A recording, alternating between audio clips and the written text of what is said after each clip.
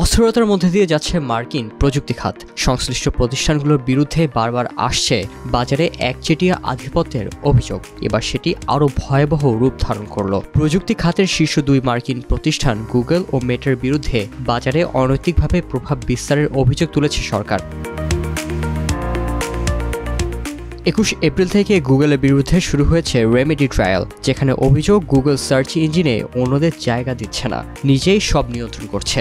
অন্যদিকে Facebook, Instagram, হোয়াটসঅ্যাপের মালিকানাধীন মেটা রয়েছে দ্বিতীয় সপ্তাহের শুনানিতে, যেখানে ফেডারেল ট্রেড কমিশন বা এফটিসি বলছে বাজারে অন্যদের সুযোগ দিচ্ছে না মেটা। মামলাগুলোতে বৃহৎ দুটি রাজনৈতিক দলেরই ভূমিকা রয়েছে বলে অভিযোগ উঠেছে। বিভিন্ন গণমাধ্যমের প্রতিবেদনে জানানো হয় বড় বড় টেক কোম্পানিগুলোর বিরুদ্ধে ক্ষোভ তৈরি হয়েছে রিপাবলিকান ও ডেমোক্র্যাট শিবিরে।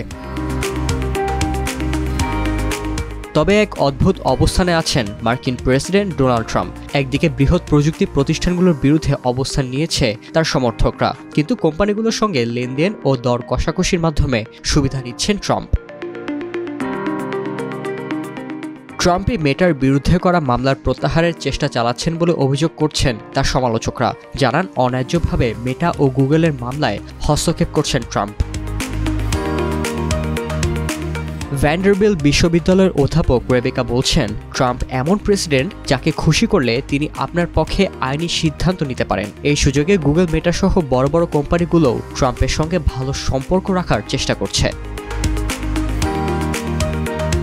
চলতি সপ্তাহে একচেটিয়া বাজার দখলের মামলায় সাক্ষ্য দেবেন গুগলের সিইও সুন্দর পিচাই। অভিযোগ প্রমাণ হলে এই টেক জায়ান্টের ব্যবসায় বন্ধের আদেশ আসতে পারে। আর মেটার বিরুদ্ধে অভিযোগ প্রমাণ হলে মালিকানা ছাড়তে বাধ্য হতে পারে ইনস্টাগ্রাম এবং হোয়াটসঅ্যাপের।